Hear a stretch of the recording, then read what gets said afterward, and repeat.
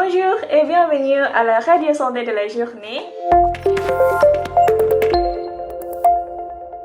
Alors, reviens avec moi Odile. Aujourd'hui, je ne suis pas seule parce qu'il y a deux personnes maintenant avec moi qui veulent parler de notre sujet d'aujourd'hui, limiter la consommation de sucre. Oui, bonjour mesdames, bonjour. Comment allez-vous mesdames? Pouvez-vous nous présenter d'abord qui êtes-vous? Bonjour à tous, je m'appelle Luan, je suis une nutritionniste à l'hôpital de l'Universitas Indonesia. Bonjour mesdames, je m'appelle Annette et je suis rédacteur en chef du magazine FT. Ah oui, bonjour Madame Luan et Madame Annette, je vous remercie de votre présence à cette émission. Alors, Madame Annette, pouvez-vous nous dire quelles sont vos préoccupations? Oui, merci. J'ai des préoccupations parmi le diabète. Comme je l'ai déjà dit, je suis en emploi et en pandémie, je dois aller au bureau la plupart du temps. Je m'assois toujours devant mon ordinateur avec un minimum de mouvement et je reste à l'intérieur la plupart du temps. Et puis, ces jours-ci, je mange rarement sain et je préfère les gourmandises sucrées. Dois-je m'inquiéter? C'est une bonne question, madame. Comme nous le savons, nous sommes actuellement confrontés à une pandémie, donc nos déplacements sont un peu limités. Oui, nous ne trouvons pas rare que les problèmes rencontrés par madame Annette soient également vécus par d'autres personnes. Qu'en pensez-vous, madame Luan? Oui, honnêtement, il y a plusieurs avantages de la consommation d'aliments sucrés pour notre corps. Considérant que vous êtes un travailleur, sa consommation peut fournir une explosion d'énergie. C'est bon pour maintenir votre humeur tout en travaillant. De plus, les aliments sucrés peuvent également améliorer votre fonction cognitive et améliorer vos capacités de réflexion. Cependant, comme vous l'avez dit au début, la consommation d'aliments sucrés peut augmenter les risques de diabète.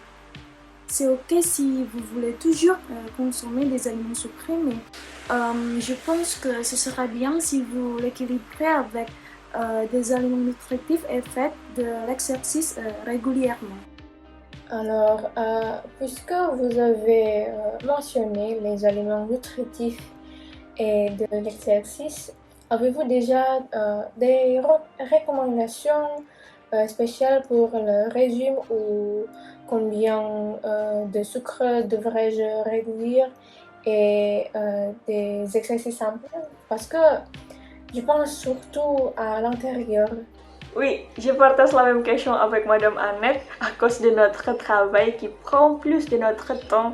Y a-t-il des exercices ou des alimentations qui nous permettent de faire et aussi de consommer dans un court laps de temps, mais c'est durable, Madame Loan? Pour les aliments nutritifs, vous pouvez peut-être essayer des fruits comme la pastèque ou la poire, car vous aimez quelque chose de sucré. Et ensuite, pour la consommation de sucre, il y a effectivement des différences pour les hommes et les femmes. Pour les femmes, la normale est de 100 calories ou 6 cuillères à café de sucre par jour. Peut-être que si vous avez du mal à réduire de la consommation d'aliments sucrés, vous pouvez d'abord l'ajuster en consommant du chocolat noir à 80%. Ensuite, pour faire de l'exercice, vous pouvez faire des choses faciles comme vous promener dans le bâtiment où vous travaillez lorsque vous êtes en pause ou monter et descendre des escaliers. C'est simple, mais je crois que la consistance est le plus important, n'est-ce pas? Alors, Madame Annette, je veux vous poser une question. Avez-vous auparavant des antécédents de diabète ou peut-être votre famille? Oui. Mon père a le diabète, mais je pense que c'est pas accusé. Alors, Pourrais-je l'avoir par génétique?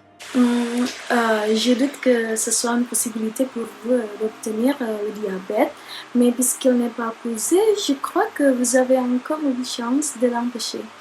Une façon que j'ai déjà recommandée.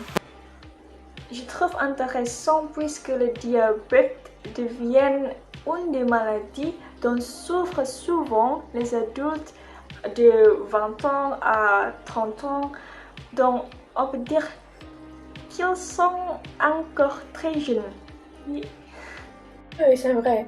J'ai un collègue dans un autre département qui ont le diabète à un âge précoce, autour de peut-être environ 24 ans, et le traitement n'était pas bon marché du tout.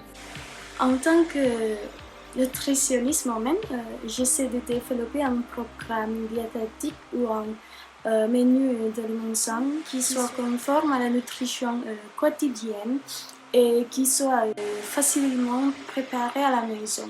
Mais ce n'est pas facile, je dois encore attendre d'autres résultats de laboratoire.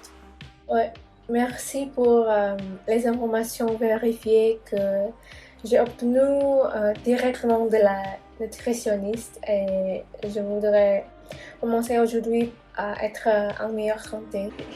Oui, d'accord. Merci Madame Luan et Madame Annette pour aujourd'hui. Je remercie Madame Luan qui nous a donné l'information précise.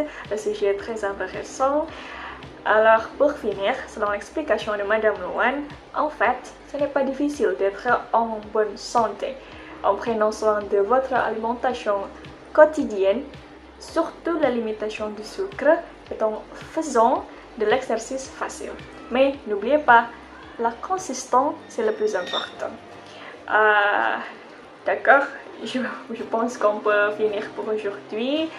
On reverra la semaine prochaine en même temps à la Radio Santé de la Journée.